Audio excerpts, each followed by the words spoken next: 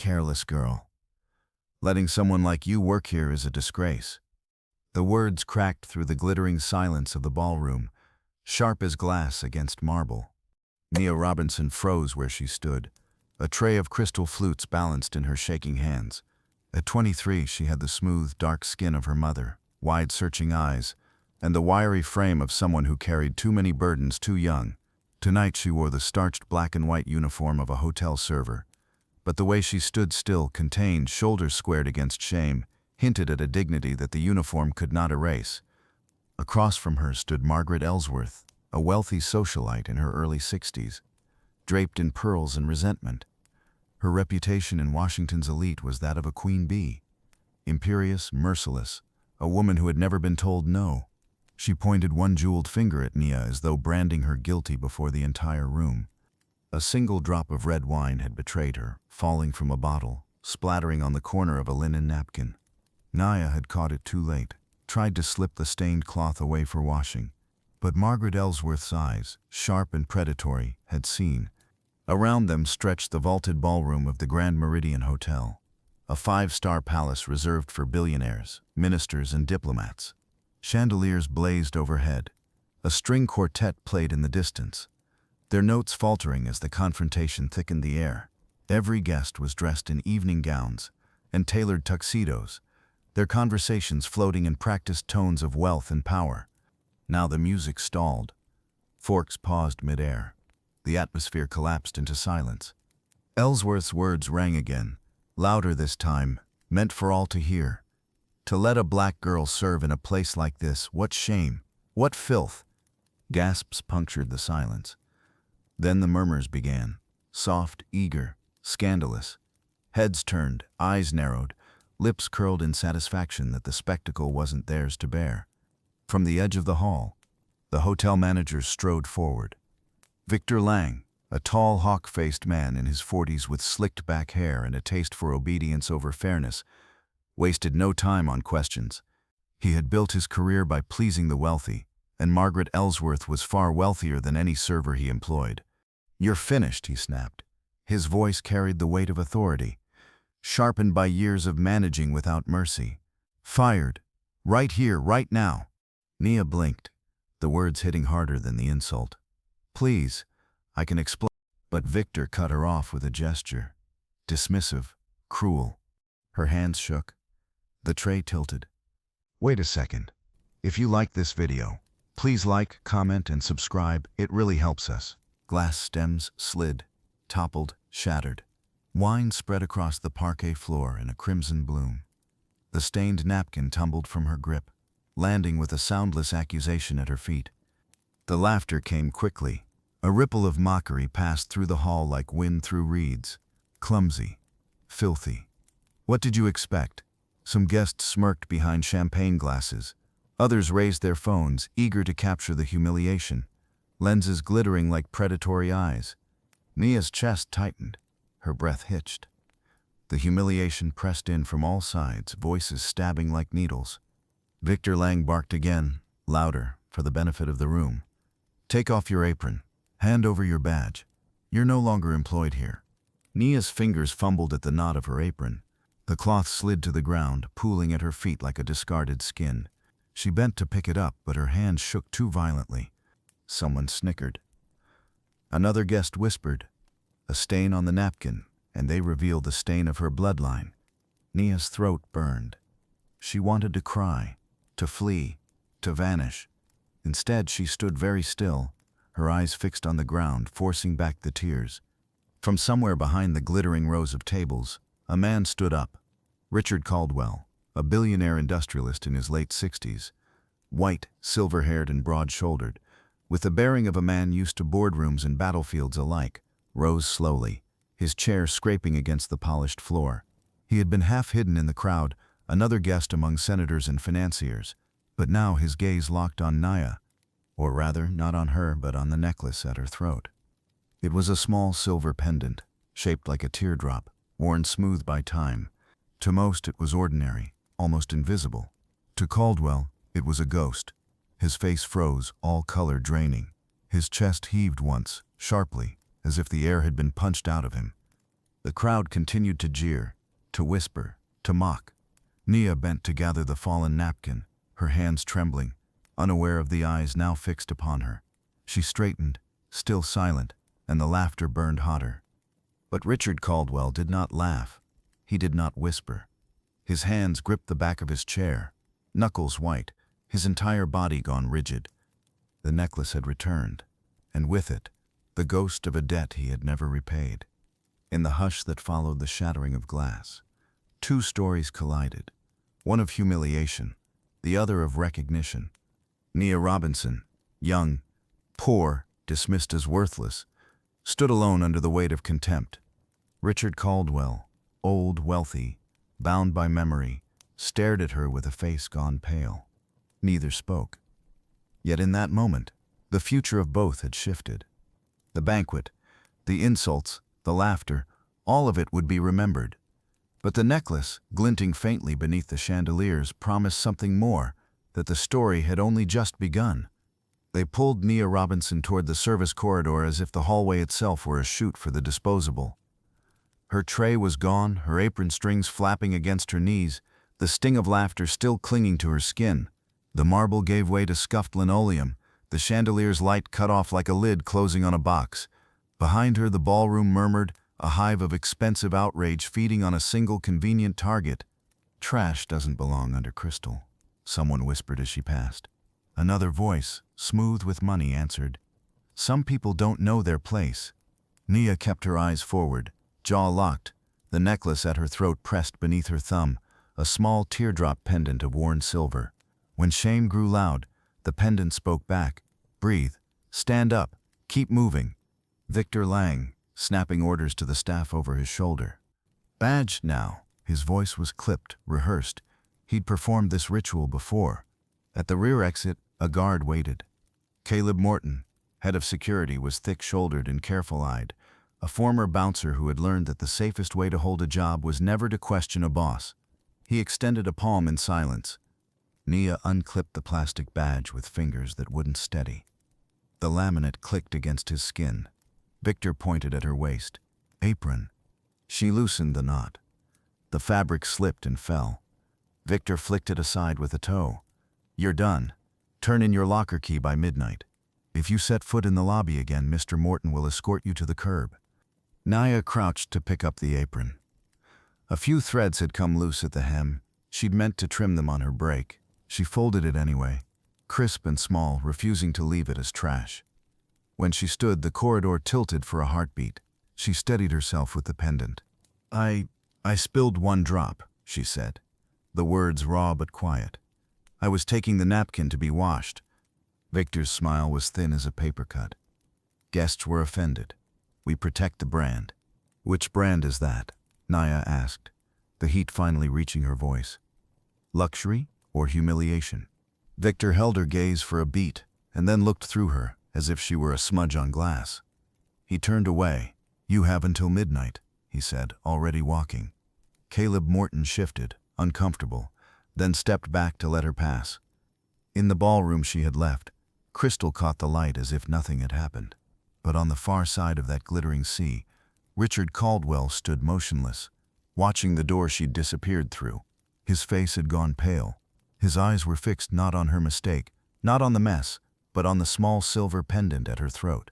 The necklace had opened a trapdoor in time. He did not know yet whether it would save him or judge him. Nia pushed into the staff corridor and kept moving. Past the clatter of plates, the steam and clang of the kitchen, the locker room where a line of metal doors blinked dull under fluorescent light. She found her locker, third from the end, number 47, and turned the key. Inside, a second-hand cardigan, a pair of worn sneakers, a peanut butter sandwich she'd meant to eat for dinner, and a folded printout of a tuition statement with a balance that looked like a cliff's edge. Tucked beneath it, a photo creased at the corners. Nia in blue scrubs, a stethoscope around her neck, her mother's arm curled proudly around her waist. Ruth Robinson, mid-40s in the photo, warm brown eyes. A caregiver's steady hands had worked double shifts as a home health aide until illness hollowed her out. She was the kind of woman whose faith had weight. You could lean on it. Nia had leaned on it to get through organic chemistry, through a brutal year of anatomy, through the first months of clinical rotations when the smell of antiseptic clung to everything she owned, and then the scans, the bills, the choice that wasn't a choice.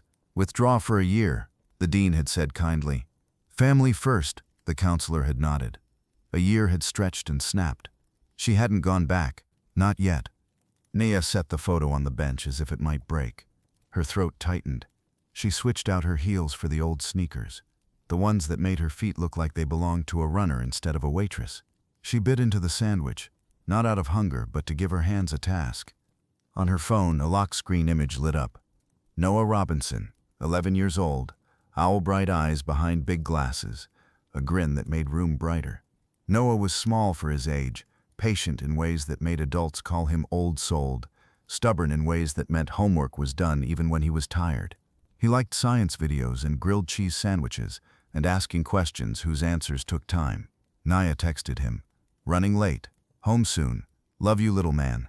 She didn't mention fired. Not yet. A message pinged back instantly. "Love you more. I made flashcards for biology. You can quiz me." She closed her eyes. The pendant cooled under her thumb. "You will be okay," it seemed to say.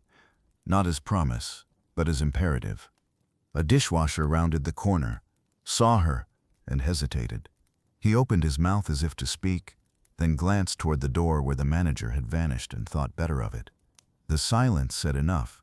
Kindness was a luxury some paychecks couldn't afford. Nia tucked the cardigan under her arm, slid the photo into her bag and closed the locker. The echo of the metal door made her flinch. She walked down the corridor toward the employee exit, past a bulletin board crowded with schedules and a flyer for discounted CPR recertification she'd circled in pen, planning to scrape the fee together next month. At the door, she caught her reflection in the narrow window.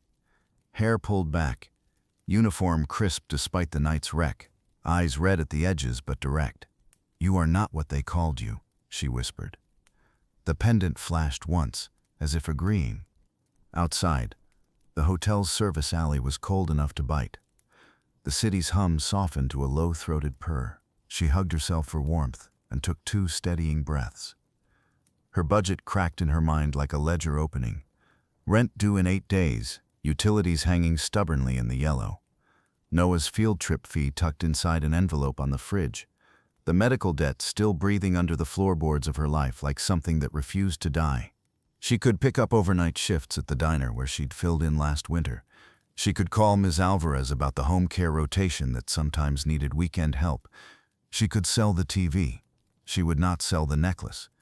People looking on saw a girl without pedigree, without protection, expelled from the glittering rooms where the powerful smiled for photographs. They imagined a trapdoor opening beneath her feet, a neat drop from poverty to deeper poverty. But Nia knew a different map. She had walked it already. The path that runs along the cliff's edge, narrow but real, kept by hands, by grit, by a faith that is stubborn enough to outlast humiliation. She tucked the pendant inside her shirt so the metal lay warm against her skin. When they mocked her in school for asking too many questions, she had held it. When a supervisor told her customers would prefer a lighter front of house, she had held it. When her mother coughed through the night and the pills ran out 2 days before the refill, she had held it. The silver wasn't magic. It was memory of a woman who did not break, and of a promise Nia had made, whispering into a hospital bed she pretended was not a goodbye.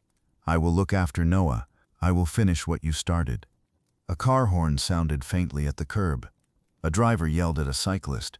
Somewhere above, the ballroom string quartet found its measure again, the melody threading through the cold like a lie. Nia set her shoulders, stepped into the streetlight, and began to walk. Inside the hotel, behind polished doors and security stations that opened at the swipe of a card, the story had not finished.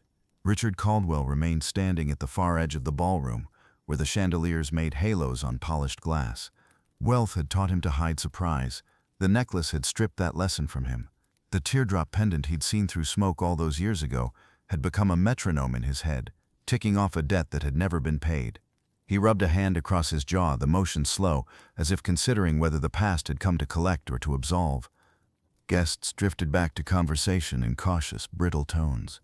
Margaret Ellsworth, pearls bright and temper cooling now that the spectacle had ended, lifted her flute again with a satisfied sniff. Victor Lang stood at a discreet distance, checking that the stain on the napkin had been expunged from the room's memory. The quartet swelled. The fundraiser resumed its choreography. Caldwell did not sit. He watched the door Nia had vanished through as if it were a horizon. His face was tight, almost stricken, not with embarrassment but with recognition. If that pendant was what he thought it was, the girl they had humiliated was more than a server fallen from grace. She was tethered to the night that had bent the arc of his own life. He could not yet know whether that tether pulled toward atonement or reckoning. He only knew the story had shifted beneath his feet, and the next step would decide what kind of man he still was. And somewhere out in the cold, Nia Robinson walked into a night that had tried to swallow her. Her hand curled around a small silver promise. Breathe. Stand up. Keep moving. The night air clung damp against Nia Robinson's skin as she walked quickly down the block, head lowered, cardigan pulled tight against the cold.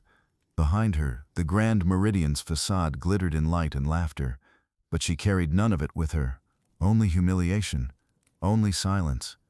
A car engine turned over. Tires hissed against the pavement. Nia glanced back.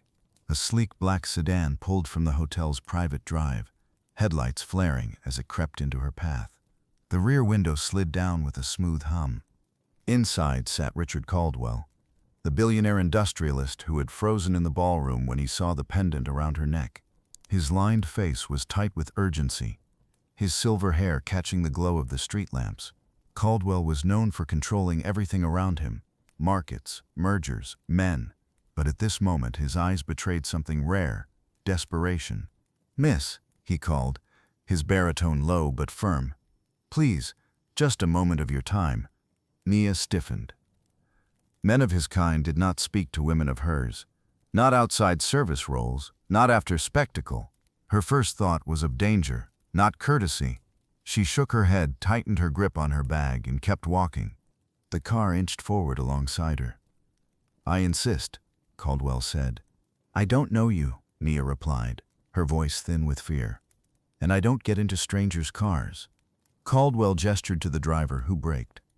Then he leaned forward, producing something from the inside pocket of his jacket. A photograph, worn at the corners, its colors faded by time. He held it toward the window so that the streetlight struck it clearly. Nia froze mid-step. Her heart lurched as though it had been yanked, because staring back at her from that paper, captured decades younger, was a woman she knew better than anyone, Ruth Robinson, her mother. Ruth was smiling in the picture, her eyes bright, her posture strong, and around her neck hung the very same teardrop pendant now resting against Nia's chest. Nia staggered closer. The fear in her chest tangled with a wave of disbelief. Her hand rose automatically, pressing the pendant through her shirt, as if to confirm the impossible match. "How?" Her throat tightened. "How do you have this?" "Please," Caldwell said softly, almost pleading. "Get in. Let me explain." Nia hesitated at the curb. Shame from the banquet still burned on her skin. Exhaustion from years of scraping to survive pressed on her bones. And yet her mother's smile from the photograph cut through all of it, demanding an answer she could not ignore. She opened the door. Inside the car, the air smelled faintly of leather and cedar. The seat swallowed her thin frame, though Nia perched on the edge, tense, her bag clutched in her lap. She could hear her own breath, fast and shallow. Richard Caldwell leaned forward, handing her the photograph. "Keep it," he said. His voice trembled with something she had never imagined hearing from a man like him. Gratitude. Nia's eyes devoured the picture. It was her mother, younger by decades, alive with health. She looked at Caldwell warily. "You knew her?" Caldwell nodded slowly. "She saved my life." The words fell heavy, incredible. Caldwell exhaled, eyes fixed on the memory he carried like a wound. "I was 45, driving back from a business trip on a lonely stretch of road. My car flipped. I was pinned, bleeding. People gathered, but they wouldn't come close. Too much blood, too much fear. And then your mother appeared. A nurse," she said. "Off duty." She didn't hesitate. She pressed her hands here. He tapped his ribs, kept me breathing, talking, alive. She didn't stop until the paramedics took over. If not for her, I'd have died before sunrise. He paused, his gaze falling to the pendant at her throat. His voice dropped to a whisper. And all the while, I saw that necklace swinging above me, steady, as if it were keeping time with my heartbeat. Nia's fingers closed tight around the pendant, the metal warm against her palm. Her throat burned with tears she didn't want to shed in front of him. She never told me, she murmured. She wouldn't, Caldwell said. It wasn't in her nature to boast, but I never forgot her. For years I searched. I wanted to thank her properly, to change the course of her life the way she had changed mine. But every trail went cold. By the time I discovered she had passed, it was too late. His voice cracked slightly. And now, to find her daughter treated like refuse in a ballroom. He broke off, his jaw tightening. Nia sat frozen, the weight of the night pressing differently now, the sting of humiliation tangled with a swell of grief and pride she hadn't expected. Her mother, whose tired hands had folded hospital gowns, who had coughed herself hoarse in the final months, who had left Nia clinging to faith instead of a future, had once saved the life of a man who now sat across from her in tailored wool and polished shoes. She looked down at the photograph again. The younger Ruth smiled back as if urging her forward, as if reminding her that dignity could not be stripped by uniforms or insults. Nia's voice trembled. She died 3 years ago. Her lips quivered. We couldn't afford the treatment. I left school to take care of her, and after, I never went back. Caldwell's expression collapsed. His hand clenched into a fist against his knee. She deserved more. You deserve more. Silence pooled between them, heavy with everything unsaid. Outside, the city blurred past the tinted windows. Inside, 2 lives, one gilded, one ground down, collided across the span of a photograph. Finally, Nia found her voice. Why now? Why follow me? Caldwell met her gaze, unflinching. Because when I saw that necklace tonight, I knew I was staring at the debt I never repaid. And I will not let the daughter of the woman who saved me be humiliated, fired, and cast aside as if she were nothing. I've been looking for you, Nia, for years. I thought I had lost my chance. But now, he leaned closer, his voice hardening. Now I will make it right. Her chest tightened, a storm of feelings raging inside her. Fear of his power, suspicion of his motives, a flicker of hope she barely dared admit. She pressed the photograph to her chest, whispering, Mama. Caldwell's gaze softened. You carry her strength. I saw it in your eyes even tonight when they mocked you. That is her gift to you, and it is why you cannot let them define who you are. Nia turned toward the window, blinking rapidly. The neon lights outside smeared into color, but she could still see her mother's face glowing from the photograph in her lap. Her life had been measured in shifts and paychecks, in meals skipped so Noah could eat, in nights studying old medical textbooks by a lamp that flickered. She had thought her mother's story ended in obscurity, but now it re-emerged in the unlikeliest place, through the man whose life Ruth Robinson had once refused to surrender to death. And Nia, trembling in the leather seat of a billionaire's car, realized her mother's legacy had not been buried at all. It was alive, in her hands, demanding to be carried forward. At the curb outside her apartment, the sedan slowed. Caldwell did not open the door yet. His voice was steady, deliberate.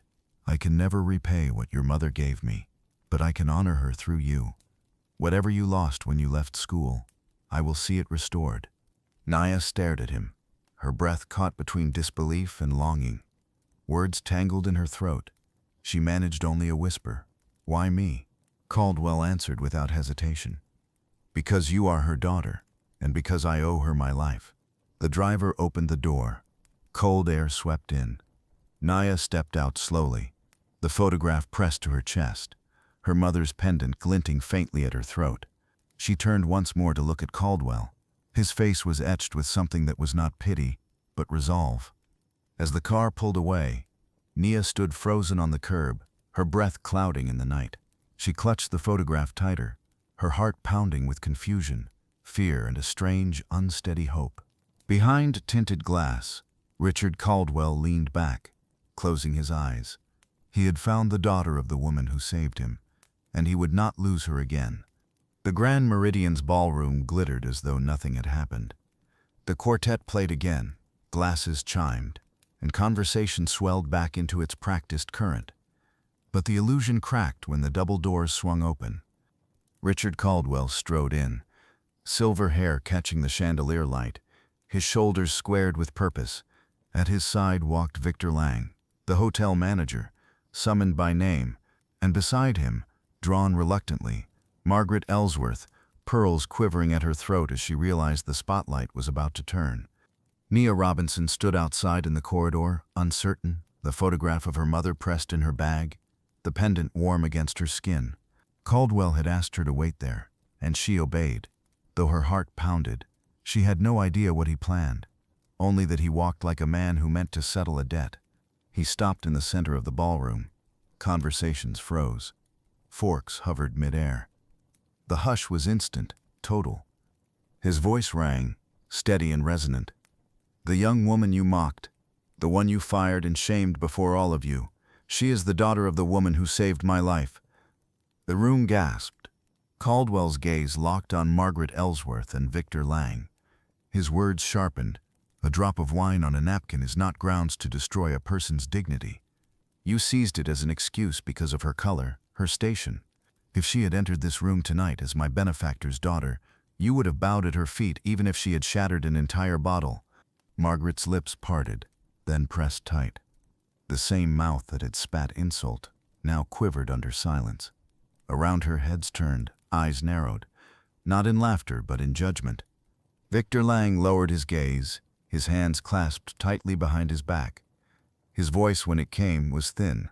I overreacted. It was a mistake."